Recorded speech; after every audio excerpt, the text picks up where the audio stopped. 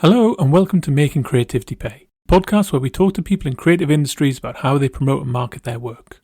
I'm Dan Barnett, and on this episode I will be speaking to comedian Liam Withnail. Off the back of a sellout run at the Edinburgh Fringe, I talked to Liam about his experiences at the festival in August, what he did to promote the show, the challenges he faced putting the show together, and how he's now taking it nationwide with a tour starting in March. We also discuss his podcast Enjoy an Album, which he co-hosts with fellow comedian Christopher MacArthur-Boyd, which itself has been a live show at Edinburgh.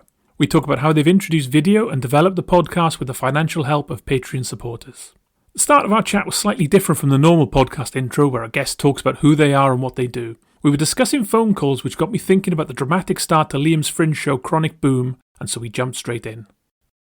So this year at the Edinburgh Festival I did a show called Chronic Boom. It was a sort of storytelling stand-up show about chronicling a time that I spent in hospital a year ago now, after quite a bad flare-up of a condition I have called colitis, which is a type of inflammatory bowel disease. I was in hospital for about 2 weeks. And, you know, I'm a stand-up comedian, so whenever anything awful happens, you tend to go, well, I'll get a Fringe show out of it. And so I did. I turned the sort of harrowing 2 weeks into one long story, which I then did at the Edinburgh Festival. And the phone call, which you're referencing, is the very start of the show, is some footage I found when I was recording my podcast I do with Christopher MacArthur-Boyd. Was when I first got the phone call telling me that I had to go to hospital. So, and it's very emotional, and you know, I'm quite upset because I've been having a real tough time at that point with this condition. And so, you know, once I started work on the show, I sort of remembered that I had this, that we were recording when I'd found out. So I went and found the footage, and that ends up being the sort of launch pad at the start of the show. With the show, I mean, you've done a number of Fringe shows over the years. Before all this happened, did you have something else in mind as a show that you wanted to do for 2023, or were you still in the kind of early stages? It was pretty early stages. So, I mean, when I'm doing a show, I tend to really ramp up work post-Christmas, because Fringe is a lot of work, especially if you write concept shows. So coming out of Fringe, I normally sort of go September to Christmas is kind of like a bit of a lay period where I allow myself, I mean, I'm still work a gig 5 nights a week, but I'm not really working up material in those months. So it tends to come from Christmas onwards. The only thing that I had in my mind was that I wanted to do a show that was more ambitious than the last show I'd done, because the previous Fringe I'd done a sort of just fun hour of material, sort of small through line, but nothing, you know, not a big concept hook, you know. It had been like a sort of extended club set type show, and I came out of that Fringe glad I'd done it, but wanting to do something a bit more, you know, theatrical or concept heavy the next year. And then, well, fate landed a serious flare-up of a chronic illness on my lap. It was only actually a little while after I came out of hospital that I decided to sort of, that was going to be the show, because yeah, when it was happening, I didn't feel like I would be able to get an hour out of it, because I didn't find it very funny at the time, you know. No.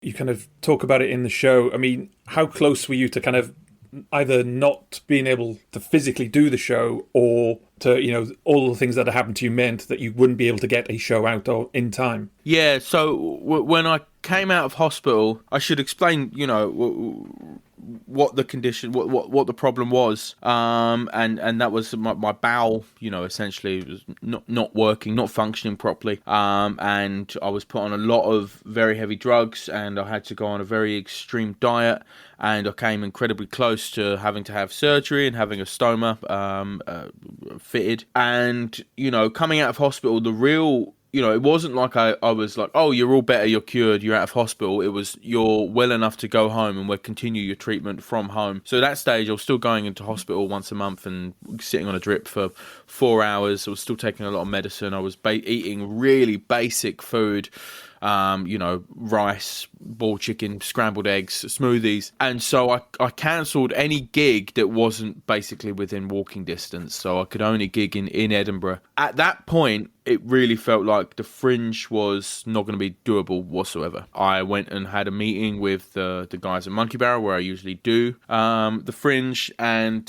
said as much to them. I don't know if I'm going to be able to do the Fringe. I had to cancel a load of international gigs, and even as far as London at that point was too much. So the idea of doing a show at the Fringe at that was not really on the table, just because in order to get a show ready, you've got to preview, you have to travel to work up material. I was kind of low-key terrified about what the longer implications of the condition were going to be on my career. Now, over the next few, I think I had 2 months where I only really gigged in Edinburgh and occasionally Glasgow. And then from January onwards, I was, I'd had enough time and was making enough progress that I was able to start sort of travelling around the country a bit for gigs again. So it was from that point onwards that I started to work up the show, but I was still occasionally having mini flare-ups, having to cancel a lot of gigs, and still having to be really cautious about what I was eating and how much work I was doing. So had to come up with a way that if I was going to do a show, which at this point I was now thinking about doing, that how I was going to be able to do that in a way that was feasible. So I broke the show up into sort of smaller chunks that I could work on at local new material nights. I was thinking of all different kind of crazy ideas. At one point I was considering having large filmed sections of the show, so that it wasn't reliant on me being well enough to do the whole show, or having a portion of the show that was streamed, that maybe if I had to do a Fringe show from my house, is that possible? I was thinking of all these different ways in which I could get it together. Now, luckily my health held together well enough that I could at the very least do what I ended up doing, which was go to new material nights, work up the show in small chunks, and then throw them together for the whole show. But it wasn't plain sailing. There was cancelled gigs, and there was hospital visits, and really the whole point of the show became about how you create something like that, or in a broader sense, how you manage to live your life when dealing with the ups and downs of living with a chronic illness. And so, I mean, both with the illness and obviously the pandemic, as a freelance, self-employed comedian, I mean, how tough has the last few years been? Yeah, so it's not been easy. I mean, the pandemic, I have to say, we bought a flat, right, about a month before lockdown, which ended up being incredible timing for a few reasons.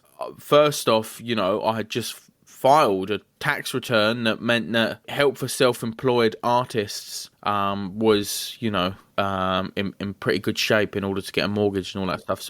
So I was fortunate in that respect that, the support that this was not true for a lot of my colleagues and a lot of people who work in,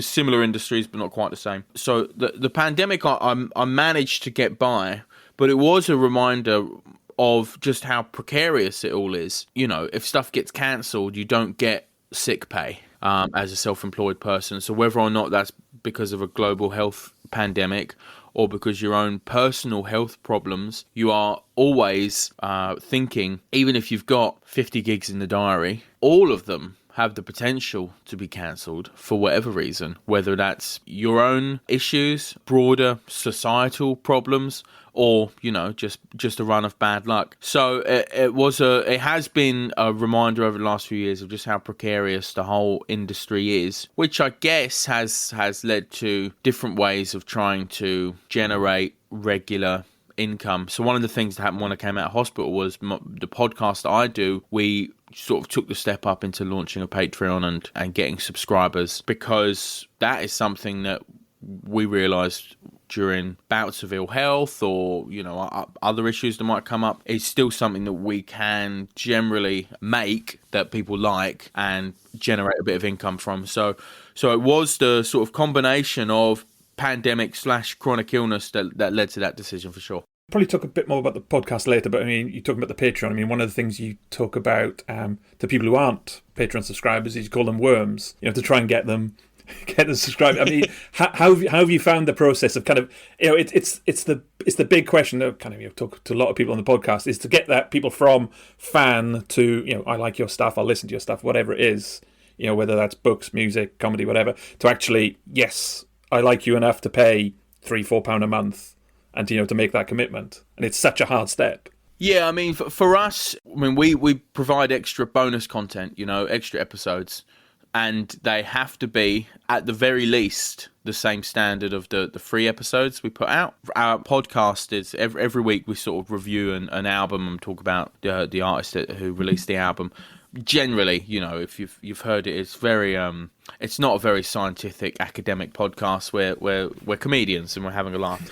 But I was going to say the that album, you started out, it was going to be the top 500 greatest albums of all time, and then That's right. At what point did you think, no, we want to do something a bit more contemporary? Well, it was actually when I came out of hospital, because I was in hospital listening to this country album going, life's too short for me to be listening to country music every other week. We had our issues with the list, the top 500 greatest albums of all time according to Rolling Stone, and it was, I think, in some respect holding us back. So we kind of relaunched the podcast when I came out of hospital to include video, and so that we could choose our own albums, which meant that we could choose albums that we felt would have more of an appeal to our listenership, and get new people listening. It meant that we could invite guests on to discuss their favorite album, and that was always with the plan to stepping up towards a Patreon. I think what brings people over is initially the bonus episodes.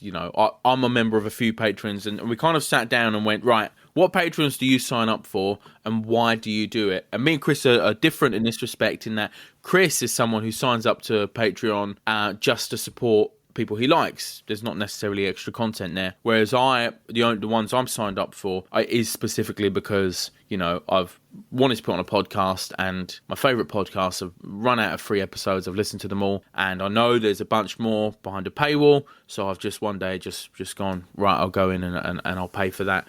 So the people who just want to support the podcast generally, they have the option to sign up to Patreon already, and then anyone else to try and get them in is definitely the bonus episodes. There's a few extra things that we do as well that I think does help. We have adverts on our free episodes, and our paid ones are ad-free, which I don't think that is a deciding factor necessarily for a lot of people, but I certainly think it is something that helps if you're trying to weigh up all the pros and the cons of signing up to a Patreon. It's, that advert that annoys me every single week that I have to get my phone out and skip through. Well, I don't have to do that. Also, what we have found is good is the pre-sale for live shows. The people who have signed up to the Patreon, definitely, we've announced a few things recently, live shows coming up, either our own individual solo shows or live podcast shows, and the guys who are signed up to the Patreon definitely take advantage of the early bird ticket links, which tells me that is something that people are interested in if they're wanting to sign up to a Patreon. So you've done a couple of live shows already, I think, the last couple of Fringes. I mean, how have you found that compared to the regular stand-up? Well, so the first one, we've done two Fringes. The first one was kind of just we were just sort of testing the water. We didn't put it on sale. We just sort of announced it on the podcast, and it was a free event, I think, and people could just email us and tell us they wanted to come. And so that was a pretty small, low-key event.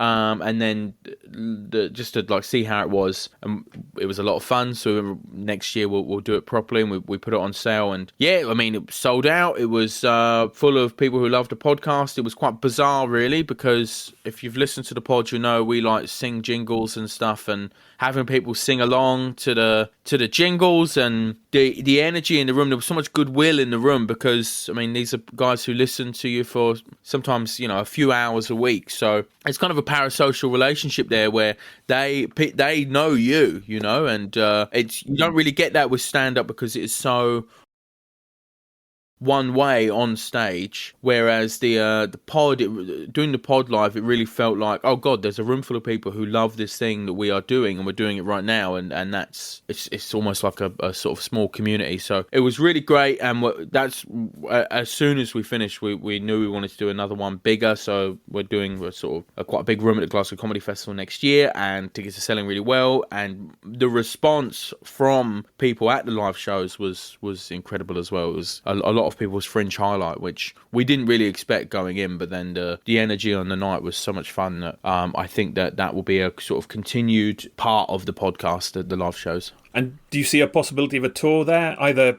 on its own or combined with, your individual shows? I think for the pod to tour, we would need to get quite a lot larger first. We can sell a room in Edinburgh, and we're selling pretty well in Glasgow. That's where we're based, and that's where a lot of people who come into the pod, I think, come in via seeing either of us do stand up live, and we're mostly Scottish based, so I think a tour is a little way down the road. Yeah, I mean, who knows? Because listenership, we've been doing it 2 years now, and so we're able to look at 2 year stats of listenership, and it's gone up something crazy in the last year, like 500% increase in listeners or something. So if we have another year like that, then maybe it'll be possible. We are getting bigger and bigger guests on, which obviously helps. So I'm hoping, my long-term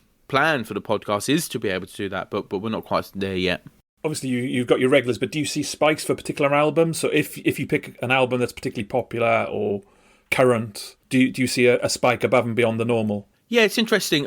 So we definitely have, you have people who listen every week, and you have people who listen when they see an album that they like. The biggest spikes in listenership are high-profile guests and albums that are sort of beloved by our demographic. Our demographic are, broadly speaking, people like us, kind of men in their 30s, is the highest portion of our listenership. So any album that any sort of indie alternative BBC Six Music listening man in his 30s loved growing up is going to do well. So I'd imagine Hot Fuss did well then. Yeah, exactly. So the Killers' Hot Fuss did really well, but Sean Walsh coming on, I mean, he's a big profile guest, talking about Blink-182, Enema of the State, which for people my age, was a huge album when they were a teenager. So there's an element of nostalgia there as well. I mean, sometimes we do new albums, and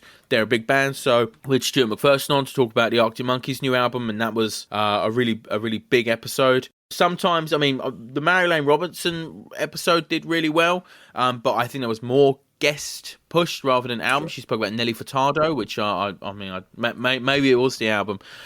So we're learning as we go what are the more popular ones, but we try not to be too led by that. We obviously we want people to listen to the podcast, but we are trying not to be purely results based, because we want it to be something that's fun and interesting for us. So we're just as likely to cover. We did Jeff Rosenstock's new album, and we did a metal album recently, a band called Green Lung, who are not a particularly massive band, but it's an album that we both really liked, so wanted to talk about. So we try and have a mix of episodes that we think will bang because they're kind of perfect for our demographic and stuff that we love doing, and the same with guests. Like we got in Sean because we know him and we like him and we knew it would be funny.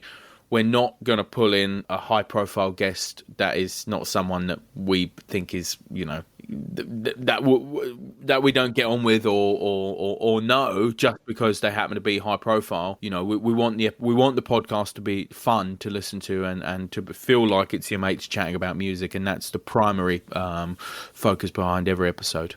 And you talked about kind of stepping it up and encouraging the Patreon and being more video led as well, or video based. I mean, how have you found that in terms of, it's a completely different thing. There's always this kind of thing about, what's a podcast? If it's just up on a YouTube channel, is it still a podcast? I mean, do you find it's a lot of extra work then, kind of clipping videos, adding things onto them and kind of getting them out? It is more work, and it actually comes from a conversation. I mean, that I'd had with I did a weekend at the Cardiff Glee with Adam Rowe.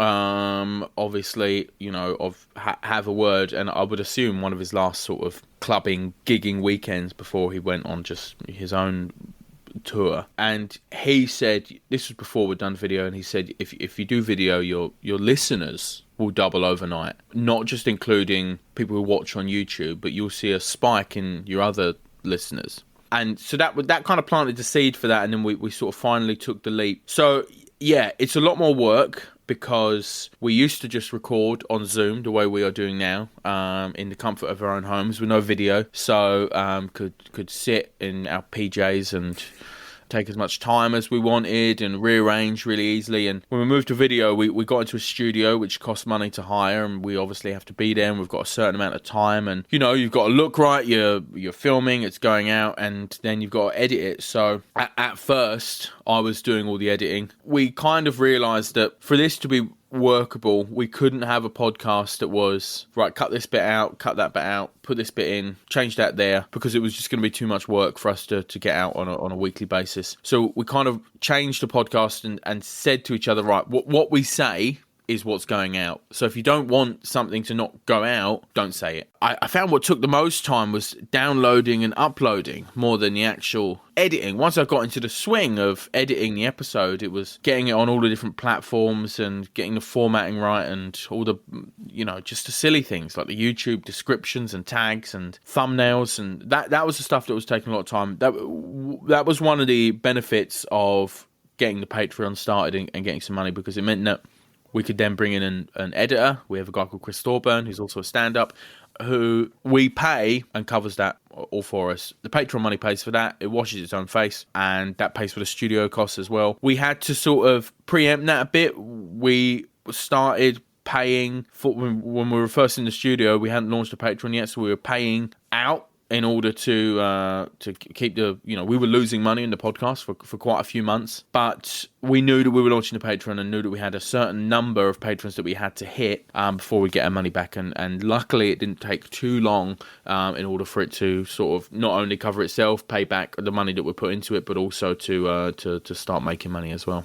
Going back to the Fringe show, so one of the things I think at Monkey Barrel, they keep the prices quite low, but then you kind of had a bucket speech afterwards. How did you find that, that kind of thing of kind of doing that bucket speech? I mean, did you see a lot of volatility, that some nights response was quite different to others, or was it relatively consistent? So I've always done free and bucket shows at the Fringe. I've done them for a long time. So it wasn't particularly anything new to me. The difference with Monkey Barrel is that it's a paid show with a bucket for donations at the end, as opposed to a free show. So the first difference there is if an audience are going to see a free show, the level of expectation is different to if they've bought a ticket.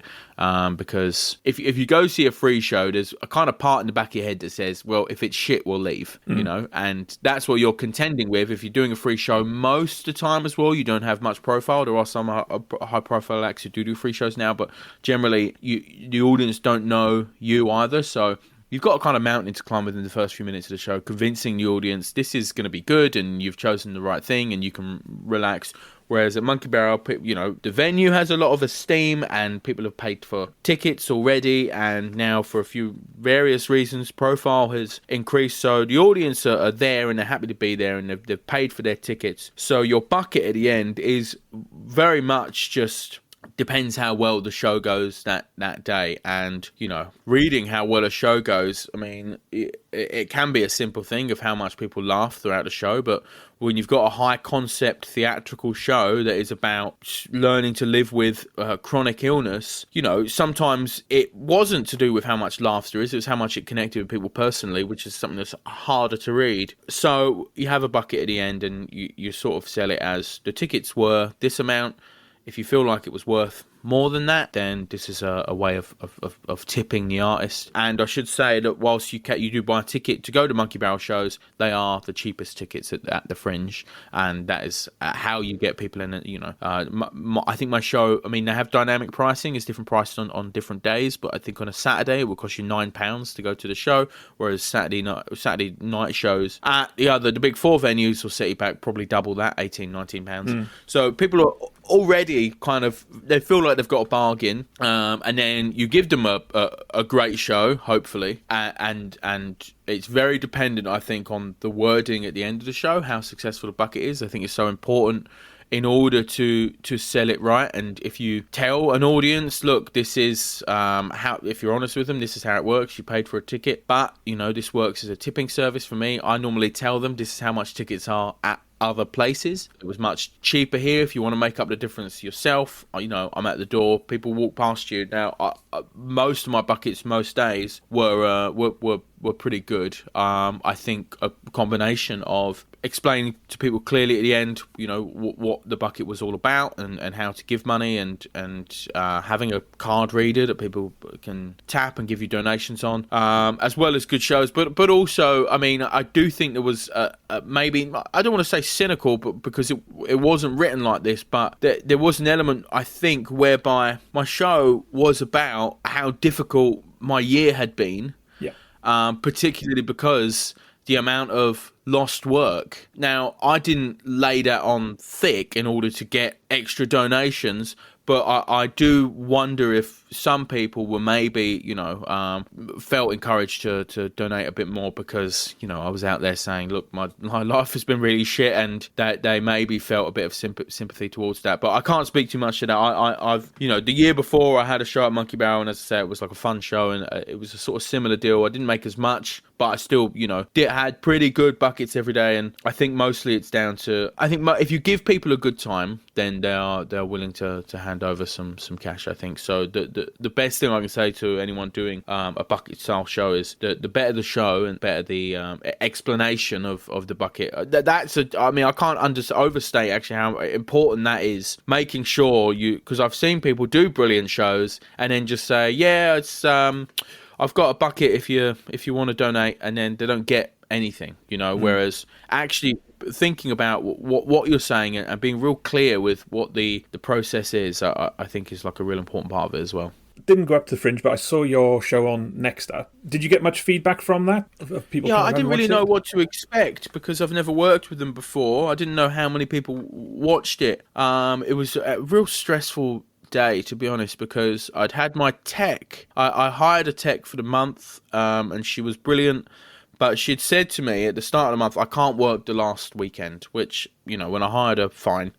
And then it got to the last week, and I realised Next Up were filming on the first day that I was working with a new tech. Now, you've seen the show. It's a pretty tech-heavy show, more so than 90% of comedy shows, because there's lighting changes and sound effects and video and all sorts of different stuff. So it was pretty stressful. I found a tech who, as it turned out, was just brilliant. So zero issues on the day. But I didn't know that until the show was happening. It wasn't until I was on stage that I knew whether or not this guy was going to be any good. But so he nailed it, and I came off stage. It was a really good show that day, and I didn't really realise until I sort of got changed and packed up and left the venue, and I opened my phone, and on Twitter and Instagram I had a lot of tags and messages from people who had watched on Next Up and responded really well to the show, and so I'd had no clue how. I just thought, who's going to be watching this? I've no idea, and it turned out quite a lot of people, and so yeah, that was a good experience actually. I was glad that it worked out. Going to be next year taking the show on the road. How do you go from being in one venue 20-30 nights to touring the country? That involves then PR, management, booking. It's kind of a different kind of beast. Yeah, well, especially for me, because the show that I did at the Fringe was entirely self-produced and I was unrepresented at the time. It is very different. When you self-produce a show, you do everything, You register at the Fringe, you organise with a venue, you negotiate times and prices, you have to buy all your own posters, organise your poster design, you have to have all that money up front. If you are going to hire PR, which I did that year for the first year, that's something, again, that you are organising yourself. It's a relationship you have to start yourself. I've done Fringes before where I haven't had PR, I've not been able to afford it. And so then you're writing your own press release and you are emailing it to every journalist, and every journalist wants their own personal written email because they don't like to feel like they're getting a mass email, which... Yeah. Is crazy. So on top of all that, you've also got to write and perform your own show, organise your own Fringe previews, and, so anyone self-producing the Fringe is doing about 8 people's jobs. Yeah. Now, because of the success of the Fringe, I, signed with a big agency, and a touring company called Burke's Nest came and watched the show, and they're touring the show, and the difference is crazy, because instead of me phoning 20 different venues who I've never worked with before, asking them if I can have dates, if they want to see the show, etc., etc. I'm not doing any of that. Instead, I'm getting an email from a tour company saying, here's 20 different dates. What do you think of them? Is there any places you want to go? If you do, let us know. And it means that I can just focus on getting the show as tight again as possible before taking it out there. So the difference is huge, and I know people who organise their own tours, and my plan essentially was, if I didn't manage to find a touring producer, to organise a tour on my own, but I would not have been able to do it on the scale that I am doing. And we're yet to see how successful it is, but I suspect that if I was doing it on my own, it would have been much harder, much more work, and probably with less ticket sales as well. I mean, it's still quite a grueling kind of thing. I mean, it's, you kind of, whenever you see any comedians tour, they're kind of here, there, and everywhere. I mean, looking at yours, I mean, there's others in between, but you're London 10th of April, Aberdeen the 14th, and then Brighton on the 17th. That's quite hard, both logistically, and physically, and probably financially as well. Yeah, so I mean, there's some particular weeks that some are really good because if you look at them, you're like, okay, that makes sense. Like, so that Brighton is near the Southampton date, which is near the Cambridge date. So they're all kind of like your south of England, which they've purposely put together.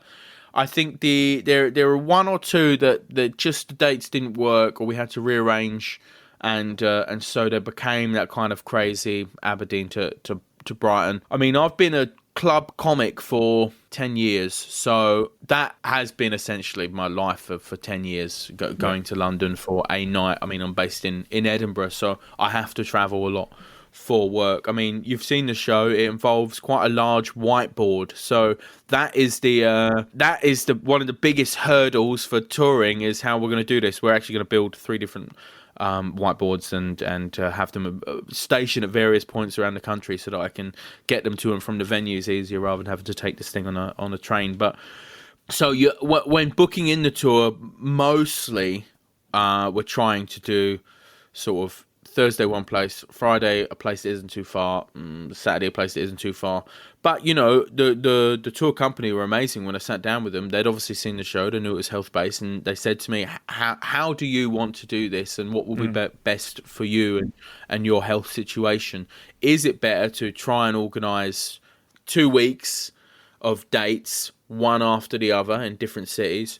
Or is it better to try and do Thursday, Friday, Saturday, and then you can have a few days off and then go somewhere else for Thursday, Friday, Saturday? So that's what we've done. So while some of the dates do look crazy, they generally do allow for a few days sort of just rest time to come back home and chill, and then go back on the road over the weekend, which is essentially what I do as a club comic anyway. You said, like, usually you kind of start ramping up a new show in January. I mean, do you have 2024 kind of to plan as well as all this? So for the first time since I started doing stand-up, I've decided to take a Fringe off. So after, I kind of feel like that's my prize for having had such a successful Fringe in 2023, is that I can move over to a 2-year cycle. Because, working up a Fringe show whilst touring, I just felt like was going to be too much, and then if I had any health stuff happen, then everything would fall down at once. So we're sort of going to a bit of a slower pace, but hopefully that means you can move to a slightly bigger room, and there's a lot more comics because of the expense at the Fringe. Moving to a 2-year cycle, it means that it's slightly, you get longer. Hopefully the show as a result is better and tighter, and hopefully financially it makes a bit more sense as well. But also, just, I don't think it's as necessary as it was 10 years ago to come and do the Fringe every year, because it's even if you have a good Fringe, which I did, it's about, I think I sold about 1,500 tickets, right? I was in a 60-seater, and I did 1 or 2 extra shows. That's not a massive amount of people who have seen the show, really. And so even at the end of this tour, to then just completely hang up the show entirely feels maybe a bit premature. And I've done Fringes before where this is my first time touring. Most of my Fringe shows I've done, I work for 6 months like crazy, do the Fringe, and then just never do the show again. So I feel like moving to a 2-year cycle will mean that more people can see the work you're doing over the course of 2 years as well. And in terms of kind of promotion in general, so promoting, did it sell out? I think did yours sell out reasonably quickly? So you didn't have that kind of pressure of flyering and pushing it and everything My else? show sold out every day on the day, which is the most stressful way to sell out a show, because every day you think, well, there's only this amount of tickets sold. Is this amount of tickets going to get sold before then?